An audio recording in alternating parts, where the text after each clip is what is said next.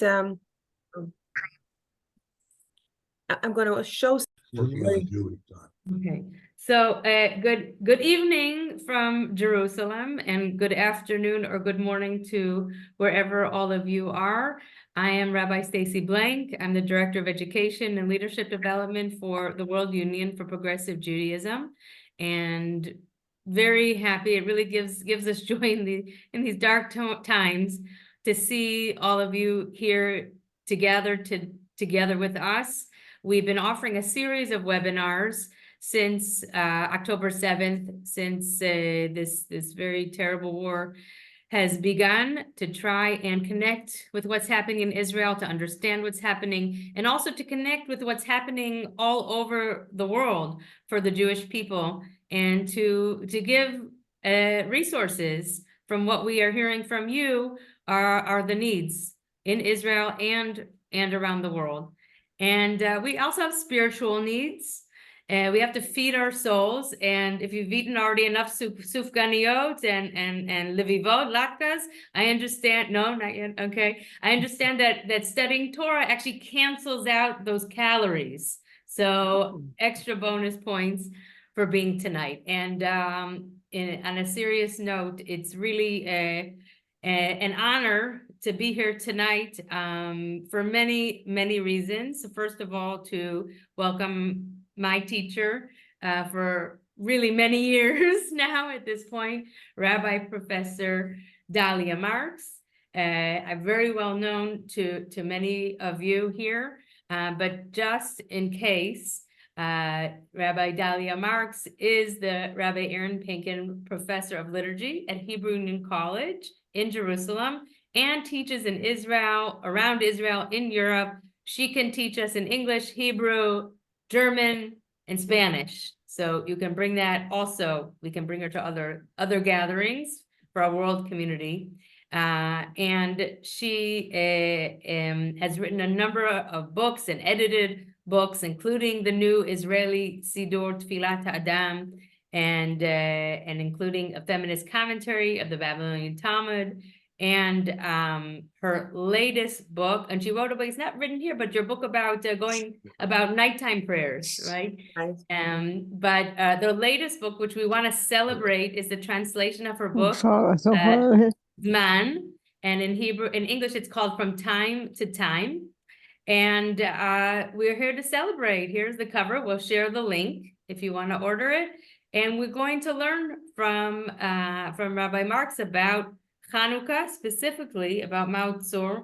And I would like especially, and perhaps you'll also speak about him, to dedicate our limud tonight to the memory of our teacher, our rabbi, Rabbi Professor David Ellenson, who passed away this week, a great loss for the college who ordained me, a great loss for the Reform movement, and a great loss for the Jewish people. Zecher Tzadik Livracha. So I now would like to welcome our speaker, Rabbi Dalia Marx. Shalom, friends. Hanukkah Sameach. It's so good and special to be with you. So many familiar faces and so many familiar names from so many stations in my life. So it's really good to be together tonight. And during this war, we just realize how important it is to be together, because it can be a very lonely thing. As Rabbi Blank was saying, this is the cover of the book, and I highlighted here. It came out in Hebrew, and then it was translated to German and Spanish, now in English, and it was forwarded by Rabbi David Ellenson of blessed memory. David was a teacher and mentor for me for many, many years, since rabbinic school and all the way. He was the first liturgy teacher that I had, and he's been, my mentor since then. He gave me many, many gifts. And the last gift that he gave me, I think that we may want to close our microphones if possible. The last gift that he gave me was this beautiful and sweet introduction to the book.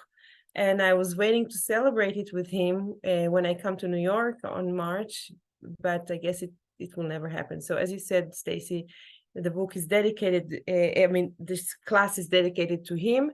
The book is dedicated to another beloved president that we lost too soon, too early, and I'm talking about Rabbi Aaron D. Pankin, the president, the successor of Rabbi Ellenson, who died, who was killed in a plane crash a few years ago.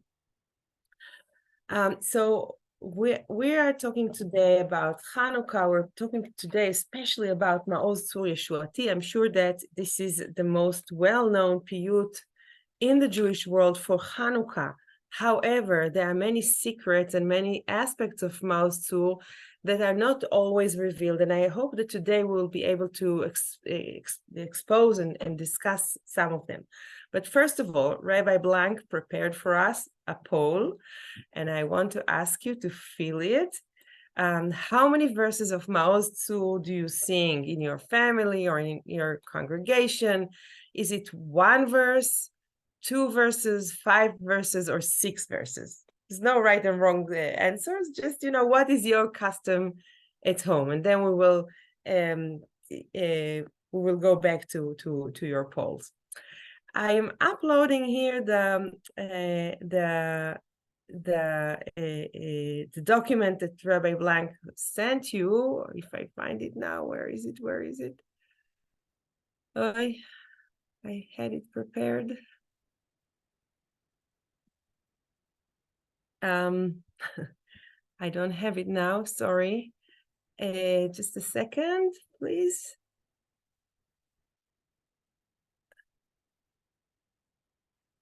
So the song, you know what? Let's begin with a Sefaria page that I prepared for you, and I will look while we talk about it. I look for the text.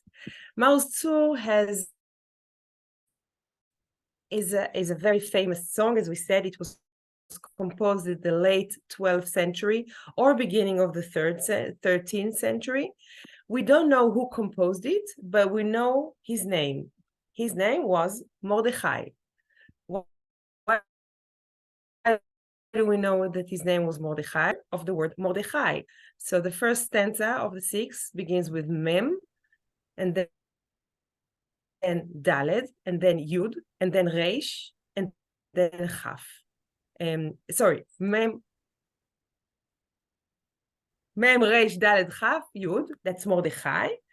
And the last stanza is not part of this acronym of his name, but it has sort of a mini acronym of the word Chazak, strong. You see, Chasof, Zroa, Kochecha, Het, Zayin, Kuf, Chazak, strong.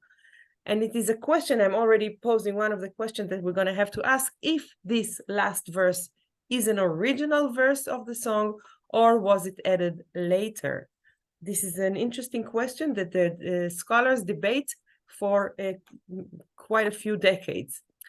So who this Mordechai was, we don't know. We know that some scholars believe that it is Mordechai of Worms who was killed by the Crusaders in Nuremberg, or some think that he was an Italian person who moved to Ashkenaz. We don't know who this person was, but we know that it was composed at the end of the 12th century or the beginning of the 13th century. We normally think of it as a song for Hanukkah. However, Maoz Tzur Yeshuati is not necessarily a song for Hanukkah. It can be a song that we sing on other occasions, such as Purim or Pesach, or even Tisha B'Av. Yeah, there's only one verse in Maoz Tzur that speaks specifically about Hanukkah. Let's see if we have some answers in the poll. How do I open it? Do you know, Stacy? Oh, the poll. Nobody answered the poll. No, they did. Let me see. So I see the results. I don't. Okay, I have that 17 out of 22 people answered. 7 people, which is 41%, say they do 1 verse. And 59%, which is 10 people, do 2 verses. Nobody does 5 verses. Nobody does 6 verses. All right. I'm going to end the poll now. Okay, so we have like a estimation of how many people sing. Oh, now I see it. There you see it. Sorry, I had Now I to see share results. We're learning. Good. Yes. Oh. Yeah. For both of us, it's the first time we do it. So what I'm proposing to do now is to read the text and to see what we can learn from it. Yeah. The first stanza is the other verses aren't in the prayer book. Well, depends which prayer book. In Tfilat Adam, they are in the prayer book, but as Rabbi Blank was saying before the class, some in bigger font, that's what we normally sing, the 2 verses, and some in smaller font, and this is what we normally do not sing. And we will see why, maybe why we don't sing them, or we get the appetite to try to sing them. And maybe Rabbi Blank can tell about her experience in that regard. So the first stanza, מעוז צור ישועתי, לך נאה לשבח, תיכון בית תפילתי, ושם תודה נזבח. לעת תכין מטבח, מצר המנבח, אז אגמור בשיר מזמור, חנוכת המזבח. O fortress, rock of my salvation, it is pleasant to praise you. Let my house of prayer be restored, and I will there offer thanksgiving. When you have prepared a slaughter of the barking foe, I will complete with song and psalm the dedication of the altar. So first of all, some words about some phrases that we have here. Ma'oz tzur yeshuati. We don't find it in the Bible as it is. Do you see the Sefaria sheet that I'm sharing? Yeah. So we do have in the Bible Tzur Ma'oz, which is a rock, a stronghold, and we see Tzur Yeshuati, right? A rock of my deliverance, but we don't have Ma'oz Tzur Yeshuati. In a way, it's a little bit redundant because Ma'oz and Yeshua and Tzur, yeah, rock. Tzur is rock. Ma'oz is a place of like a fortress, a place you can find defense in, but it's also a place that is considered to be very military. And we will get back to it when we think about 20th century composer that sort of wrote their own take on Ma'oz Tzur Yeshuati. So you can see that the poet took words and phrases from different places in the Bible and put them together in a new way. So that's why we have Ma'oz Tzur Yeshuati. And now, what about this Tzur thing? Tzur Israel is another name of God. I'm looking at the conclusion of the Megillat Ha'atzmaut, the declaration of the establishment of the State of Israel. There was a big debate among the people who signed it. You know, people signed it from all parties, you know, communist and religious and Haredi. So the Haredi people wanted to use the name of God, but the secular people or the atheist people did not want to do that, and they came to some sort of compromise to use the phrase Tzur Israel, rock of Israel. Religious people can understand it as God, and atheist people can understand it as, I don't know, the rock of Jewish history or what have you. If you think that the words are difficult or confusing, they're confusing also for native Hebrew speakers. And here it's a funny way of writing it, the way people hear it. Ma'oz tzur yeshuati lechana ela shabeach tikon beta filati veshamto dane zabeach. So you see, people cut. I remember it very well as a child. People cut the words in the wrong places because this is a very lofty Hebrew that is not so accessible to Hebrew speakers. So if it's not so easy for you maybe to understand sometimes, it's that's just the way it is. It's not your proficiency in Hebrew. It's just a very, very lofty Hebrew. So what do we have here in this verse? We may we marry to establish the house of prayer. What is the house of prayer in this context? Of course, they're talking about the temple, Beit Tefilati. It refers to the words of the prophet Isaiah, Ki beiti beit tefila yikare lekol amim, for my home shall be called the house of prayer for all nations. So house of prayer is the temple. And what does it mean we shall offer thanksgiving? Sham todah nezabeach. There is a beautiful midrash that says that when the temple will be rebuilt, all the other offerings will be annulled and canceled, because we won't need anything. We are going to be just happy.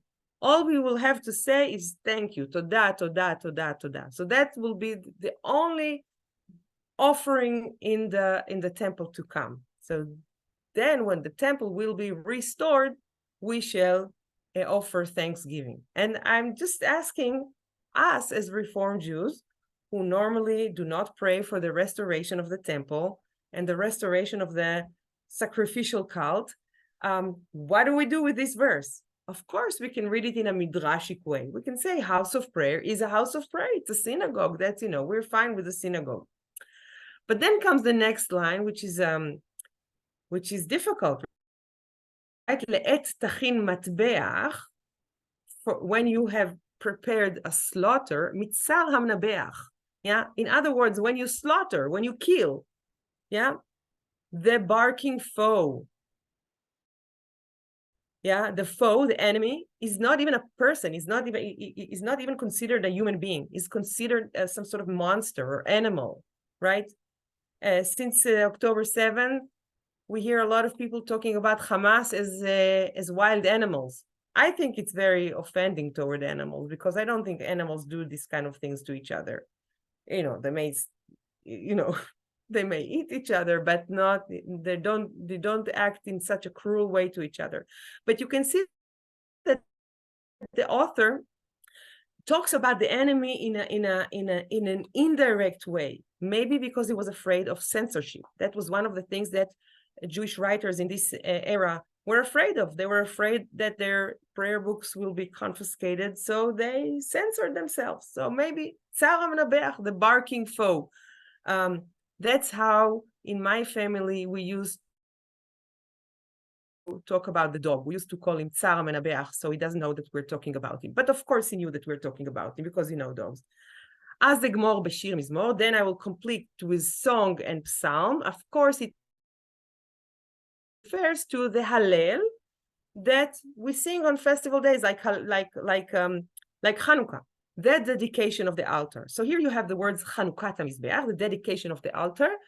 But it doesn't necessarily talk about the historic Hanukkah. It talks about the hope for the rebuild of the temple. Now it moved to something else. It starts to talk about difficult moments in Jewish history. And I think we are in a difficult moment like this. And that's why there are many descendants, if I may call it this way, or many proposals to add another verse to Mao's Tzur. And maybe we will explore one or two examples like this. In the last 2 months, I've seen quite a few of them. So if I'll read it in Hebrew quickly, and then we'll read it in English, just so that we can hear the meter. רעות שבעה נפשי, ביגון כוחי קלה, חיי מררו וקושי, בשעבוד מלכות עגלה, ובידו הגדולה הוציא את הסגולה, חיל פרעה וכל זרעו ירדו כאבן במצולה. My soul was filled with ills, my strength was spent with sorrow. They embittered my life by hardship during my subjugation to the empire of the calf. What is the empire of the calf? Actually, the she-calf, the feminine calf. The Malchut Egla, the empire of the calf, is a reference to Egypt. That's how the prophets refer to Egypt. They call it the empire of the calf, because the calf was one of the goddess, the local goddess. So it talks about the bitterment the bitterness of the slavery in Egypt. But then here's the twist in the story. But God, with his great power, brought forth the treasured ones, hasgula, the chosen ones, while the host of Pharaoh and all his seed sunk like stone into the deep. And of course, it refers to the salvation of the Jews and their passage through the Sea of Reed and the drowning of the Egyptians. So you can see that you can very well sing Ma'oz Tzur Yeshuati on Pesach, on the Seder night. There's no reason not to do that. There's a verse that talks about Pesach. Let's see the next line. What is he talking about? דביר קודשו הביא אני, וגם שם לא שקטתי, ובא נוגס והגלני, כי זרים עבדתי, ויין רעל מסכתי, כמעט שעברתי, קץ בבל זרובבל, ל70 נושעתי. To God's house he brought me, yet there also I found no peace. For the oppressor came and led me captive because I served strange gods. What are we talking about here?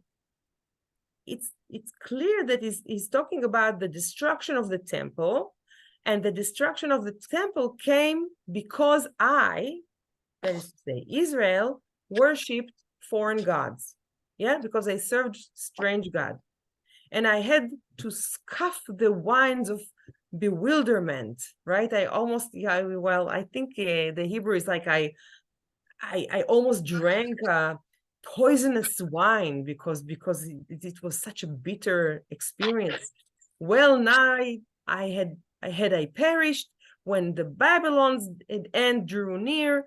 Through Zerubbabel, I was saved after 70 years, right? When Cyrus allowed the Jews to return to Jerusalem after 70 years, that's the end of the exile of Babylon. Obviously, most of them didn't come back, but that's a different story. So in other words, you could sing this song, Ma'oz Tzur, also on Tisha B'Av. It is also a song that refers to the experience of the destruction of the temple, the exile to Babylon, the return from Babylon, etc. Now I move to the next stanza. קרות קומת בראש ביקש אגגי בן המדתה, ונהייתה לו לפח ולמוקש, וגאוותו נשבתה. ראש ימיני ניסית, ואויב שמו מחית, רוב בניו וקנייניו, על העץ תליתה. What are we talking about here? We're talking about the salvation of the Jews in the story of Purim. The Agagite, the son of Hamdata, that's a name of Haman, right? He was from the Agagite people, and his father was Hamdata. Sought to cut down the lofty fir tree. Remember the lofty fir, he wanted to hang Mordechai on a tree, and here they refer to Mordechai as a lofty tree, but his design became a snare to himself, and his pride was brought to an end. You, God, exalted the head of the Benjamite, but the enemy's name you blotted out. His many sons and belongings you hung on the gallows. Yeah, you punished Haman and his children, and you saved Mordechai and the Jews.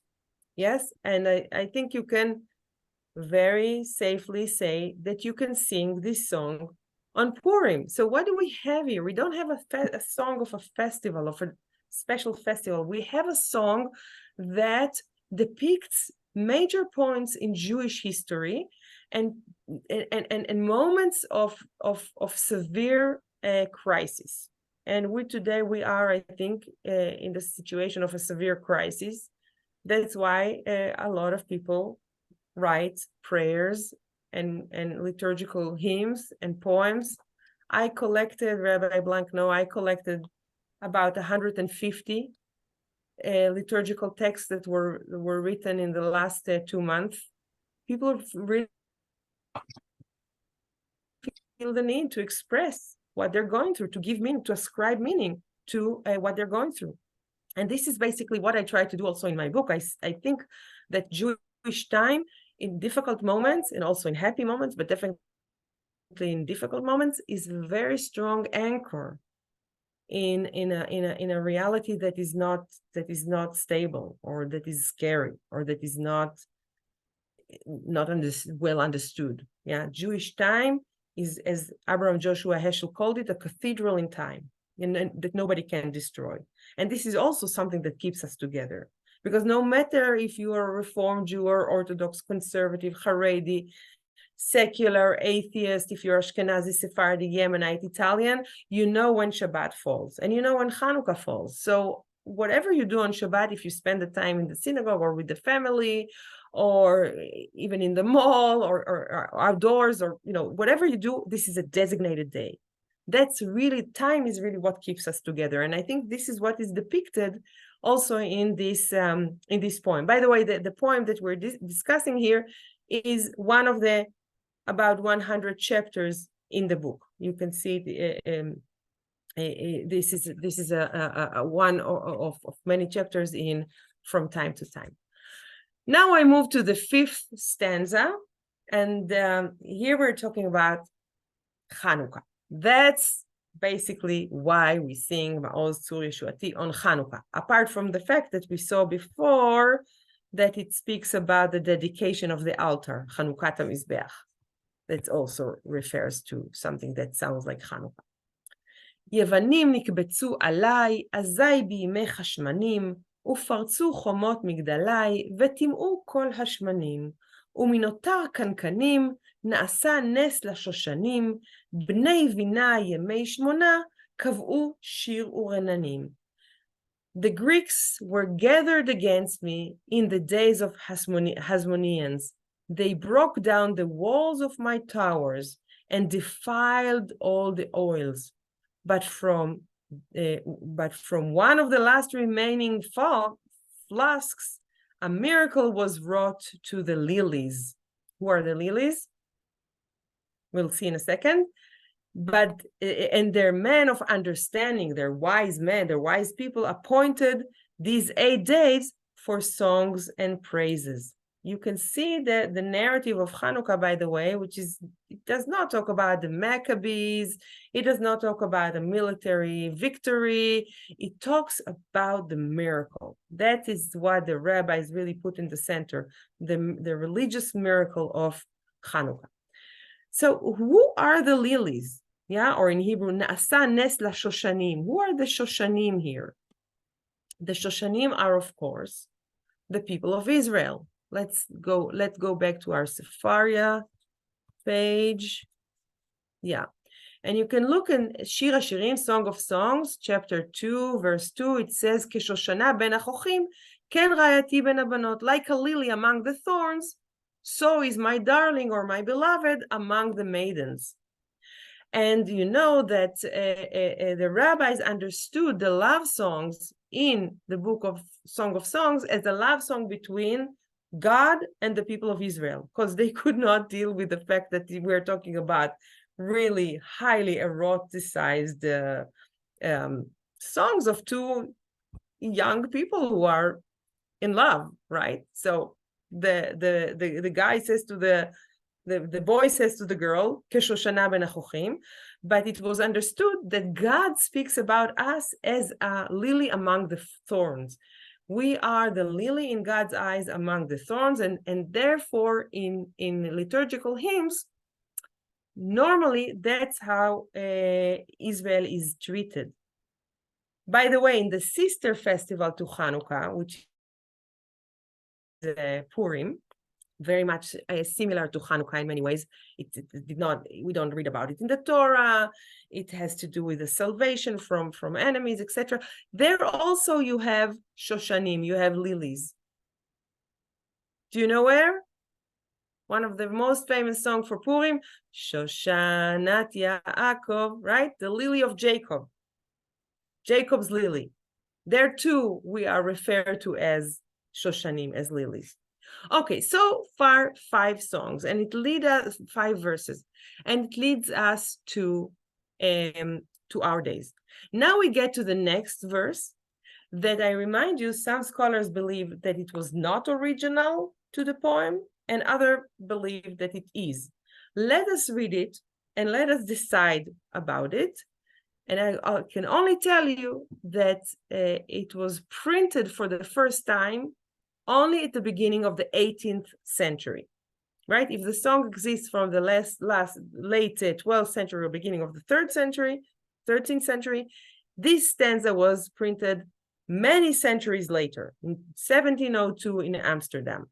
I just see that there's a question I want to see or a remark to clarify. We sing Maoz Tzur, paragraph in Hebrew and 2 verses in English as per Mishkan Tfilah, and probably gates of prayer before it. Yes, most of us do. Also in my family, that was the case. We only sang in Hebrew, 1 verse or 2 verses, but I just think it's interesting to see the whole thing. Let's see the 6th verse, and we can try to see if this is original or was added later.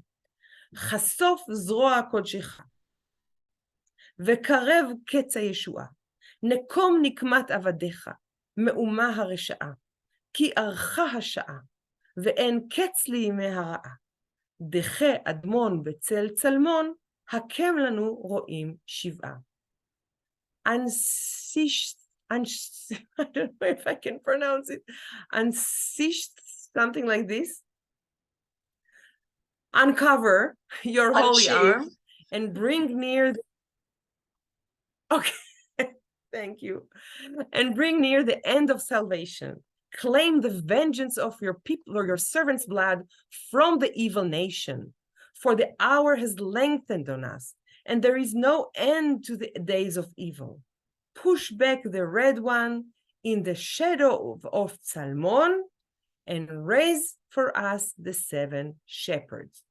Sounds like a riddle. What is going on here? So uncover your holy arm, right? Because we always talk about in the Torah about the mighty arm of God, right? So, hey, we want to see it. We want to behold your mighty arm because we are suffering here, and bring us here they translated the end of salvation. I think it should be the era of salvation, and claim vengeance, right? This is a very typical notion of Ashkenazic Judaism. We don't only ask for salvation or for deliverance. This is a salvation that is associated with vengeance against the evil ones. Yeah, you don't see it often in Sephardic writing, but it is very common in Ashkenazic writing, probably because what they had to deal with. I'm going back to our Sephariah page for a second. Yes, and you can see from Psalm 79, let the nation not say, where is their God? Before our eyes they call God. Let it be known among the nation that you avenge the spilled blood of your servants, right? So that concept entered Maoz Tzur. By the way, this is also part of a very famous tefillah prayer that is recited on Shabbatot in the context of the Torah service, not in Reformed congregations, because we don't do a lot of vengeance stuff, but it is in traditional Ashkenazic texts. So once again, we ask for salvation. The salvation is intimately related to vengeance against the enemies. Who are the enemies? They don't say it specifically or explicitly. They call it the evil nation. Yeah, and it's been too long. The hour has lengthened on us. We can't wait anymore. Yeah, we just need salvation now. And now they say, push back the red one. Push back the red one. Deche Admon. Who is this Admon? Remember the red one in the Torah? Yes, people are nodding in their head. I see only 4 of you every time, so because of the windows here. So the red one is of course Esau. Esav in the Torah is not evil at all. He's actually a very kind person who he loves his father. He's kind, he's generous, he's sensitive.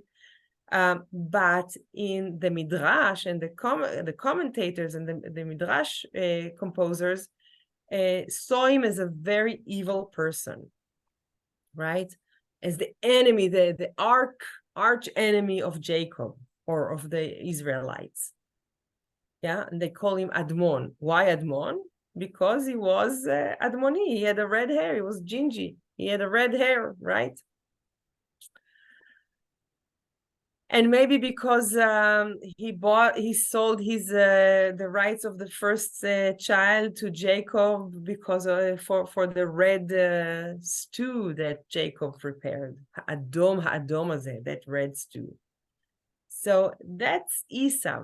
But later on in history, Admon or Adom or anything that has to do with red was associated with the evil kingdom of Assyria. And later with the Roman Empire, and later with Christianity, all the way to Nazi Germany. Yeah, so Admon is a code to the enemy, the one we fight against. Now, what is the Admon in the shadow of Tzalmon? Tzalmon can be Tzalmavet, shadow of death, maybe. Or Tzalmon can be a euphemistic use of the word Slav, cross. We don't really know what it is. But the interesting thing that I found is that it could be that the author is not just talking about any Adom that you have in the history. It could be that he's talking about a very specific Adom. Do you see the picture that I'm sharing here? That's Friedrich Barbarossa.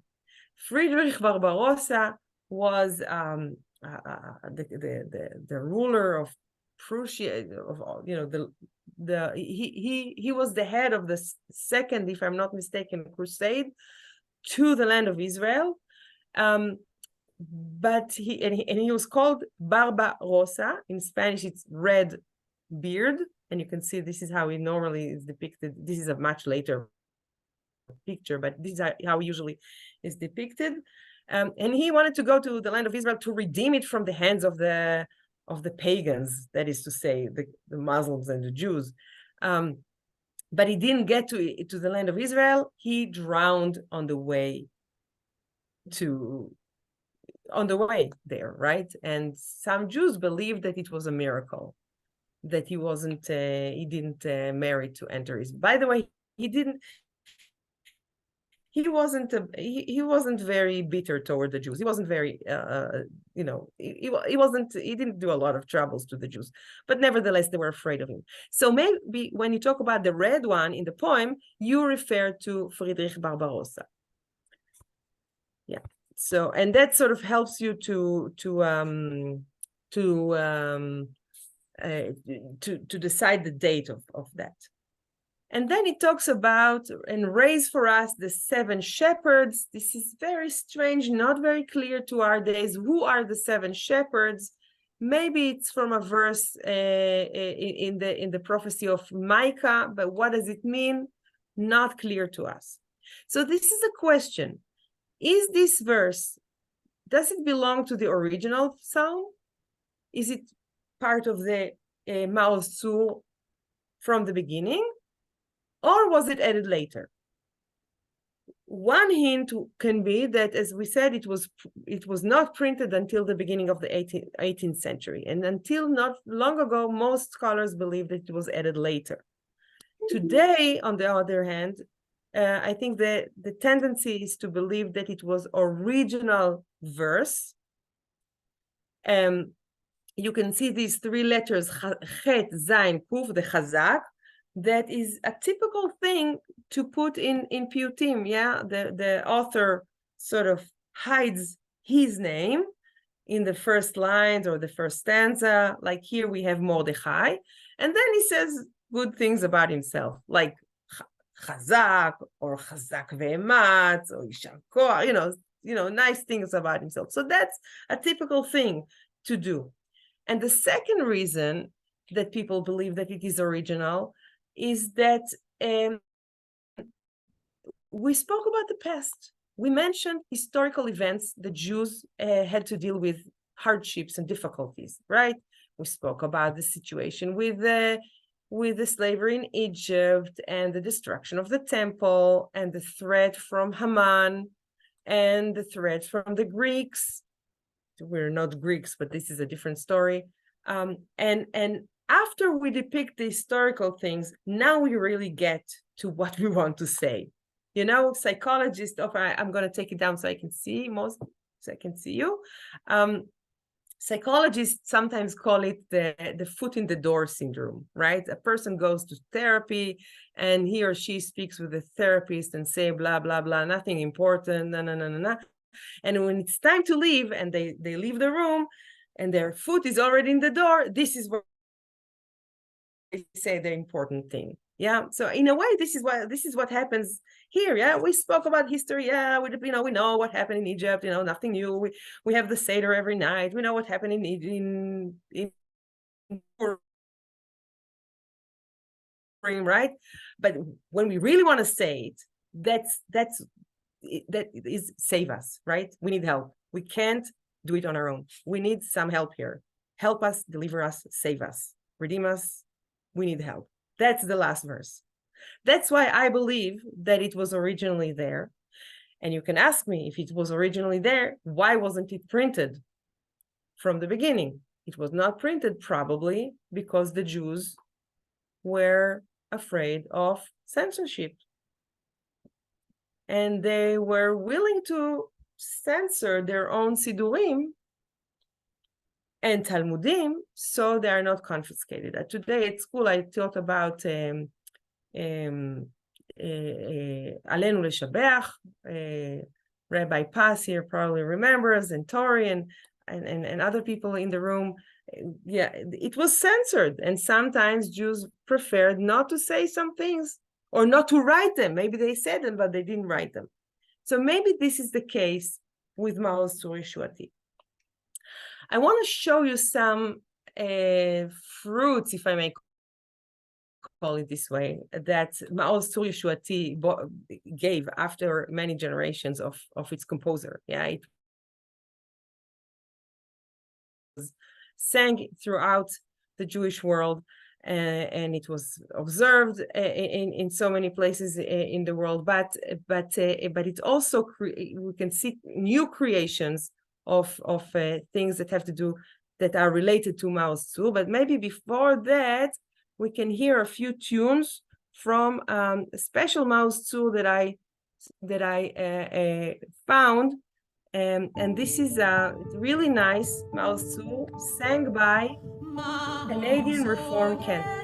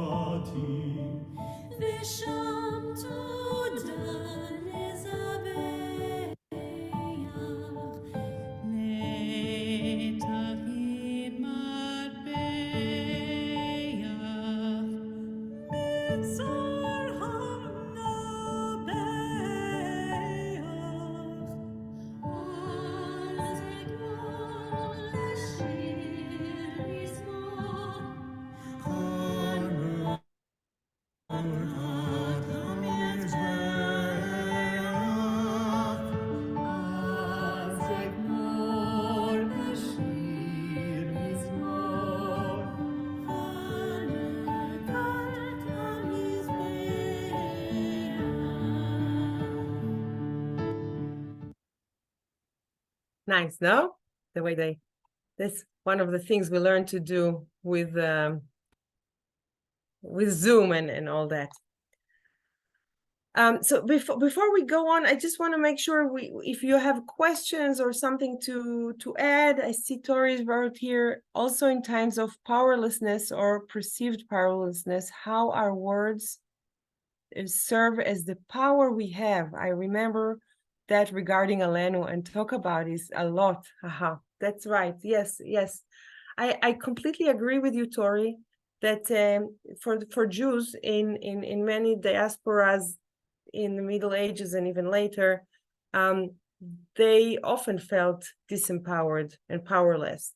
And their words that could be, what can we say, nasty, not very pleasant sometimes, that was the only means to coping device with the situation. I think today, this is probably a different story. Yes, this is probably a different story. When we use hate talk in our sovereign state of Israel, although we felt quite a lot of this, powerlessness lately, this is a dangerous thing. I see Rabbi Kompanis asks, is there a connection between Shushan and Shoshan? I actually don't know. Could be. I really don't know. It seems like it may be, yeah. Paul needs to leave, so thank you for being here, Dr. Tevero. It was good to see you.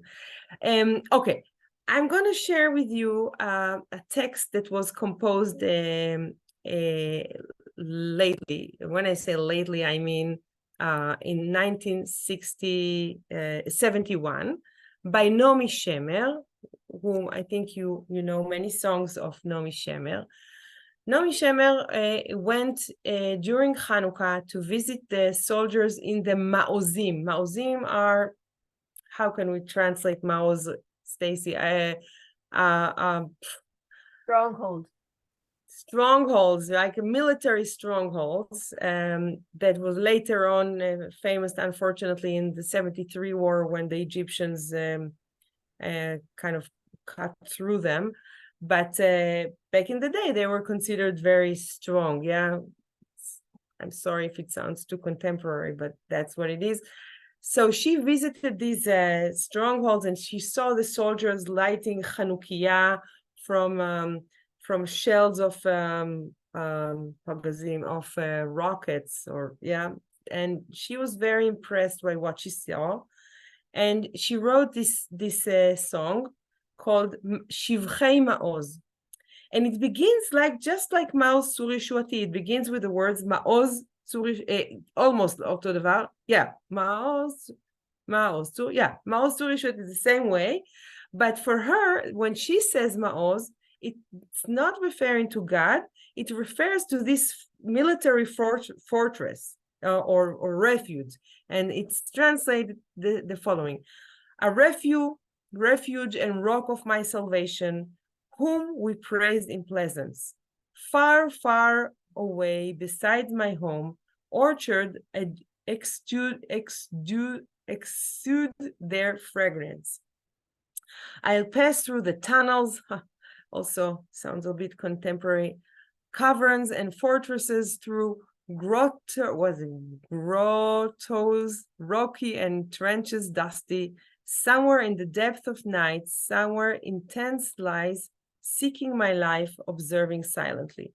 And then she says, woe upon him. I skip a little bit so we can, but you have it in front of you. You have the text if you download it. Woe upon him, I sting.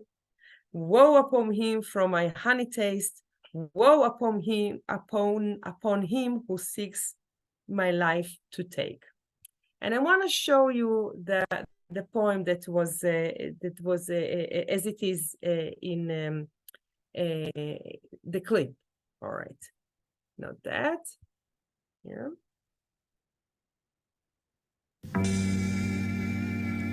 מעוז צור ישועתי, לך נאה לשבח.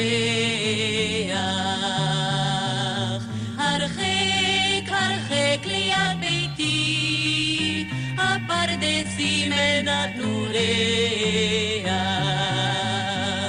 אבוא במנהרות ובמצדות ובמערות, ובנקרות צורים ובמחילות הפר, אשם בלב הלילה דרוך בחרישי, צופה בי מבקש נפשי.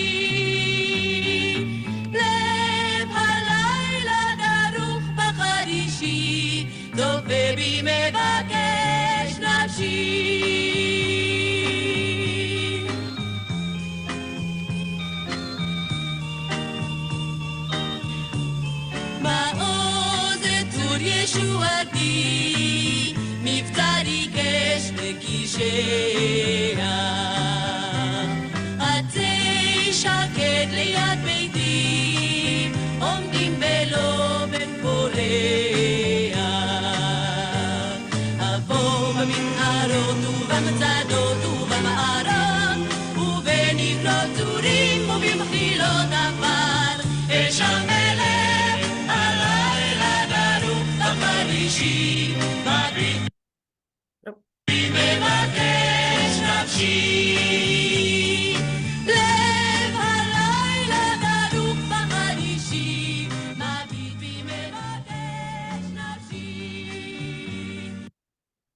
Yeah, so you can see how Naomi Shemer takes the religious song that addresses God and makes it a very, I would say, secular song that praises the idea of who saves me or protects me for the one who seeks my soul. And that was 1971.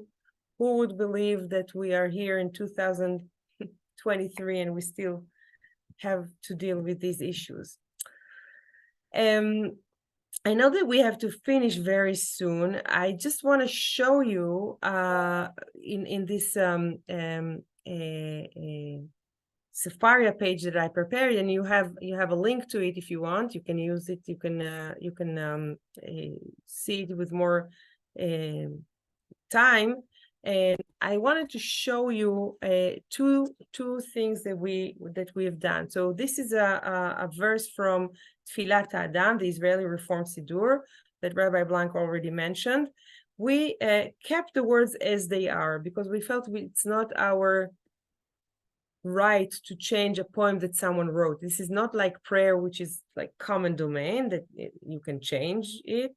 Here is a poem and it has a poet.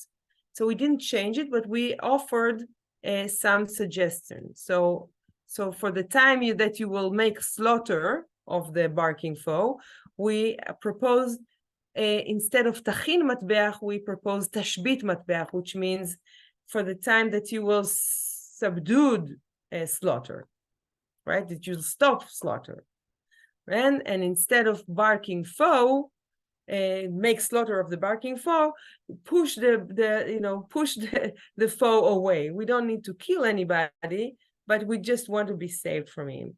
This is, by the way, we're not the first to do that. Reconstructionist Siddurim change these very hateful, maybe, words into something that is more not so hateful. So that's one change. Another thing that you can find is addition of a seventh stanza to the piyut. Since I only have it in Hebrew, we're not going to read it, but I want to show you. This was added in the Holocaust by Rabbi Yitzchak Samuel, who himself was murdered in 1941. That's the Reconstructionist version. Here you have number 3 is a feminist verse that talks about Hannah, Judith, the Maccabeite, the woman Maccabeite. Here you have a verse that speaks about loving your neighbor. There are many, here you have a vegetarian one. Really interesting additions to the piyut. And maybe we can end with, and as I said to you, and it's also in this list, you can see it if you want. As I said to you before,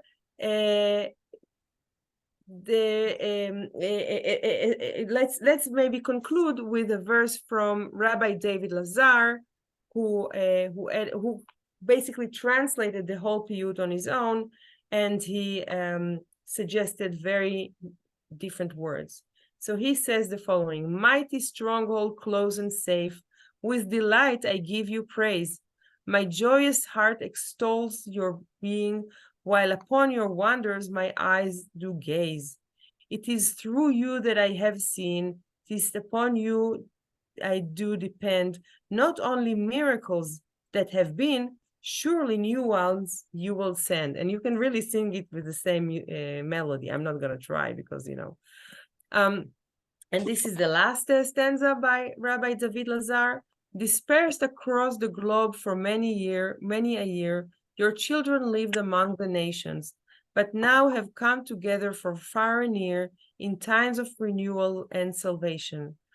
So at this very moment, if not now, when, help us to put stop to war. May there be peace for all women and men, and may all nations not lift up sword anymore. So maybe with these words, we can join his prayer to end war and to be able to praise God for salvation, and to give thanksgiving, not in forms of offerings, but in forms of the offering of our hearts. And may we merit to hear good news in the future. You will see at the page that we distributed here also a link to my website, which is actually a library. So I invite you to my library. In my library, a lot of it is in Hebrew, but also quite a few things are in English. Videos, recordings, essays, classes, and you're very welcome just to use it. I'm not selling anything there, just for people to use. So you're more than invited to use it. And may the next time we meet will be in a more peaceful and serene time for us and for all that lives in this world. Hanukkah Sameach. Amen, amen, amen. Thank Chag you so Sameach. much. Toda Rabba, Rabbi Dalia Marx. Yishar koach. I put in the chat a link to anyone who wants to check out the translation of her book from time to time.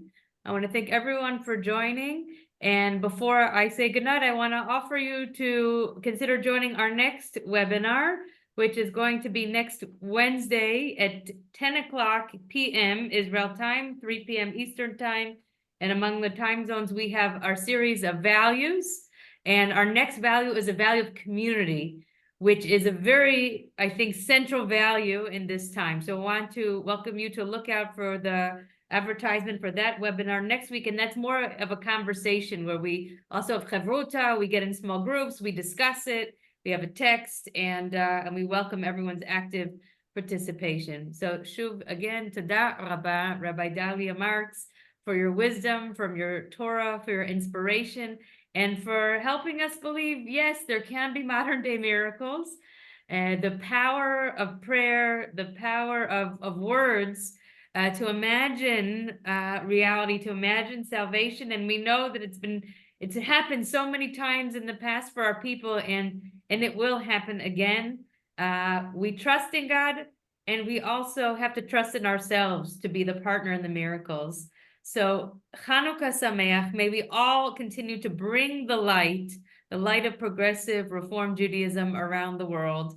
And may everyone really be safe and be well, and Besorot Tovot.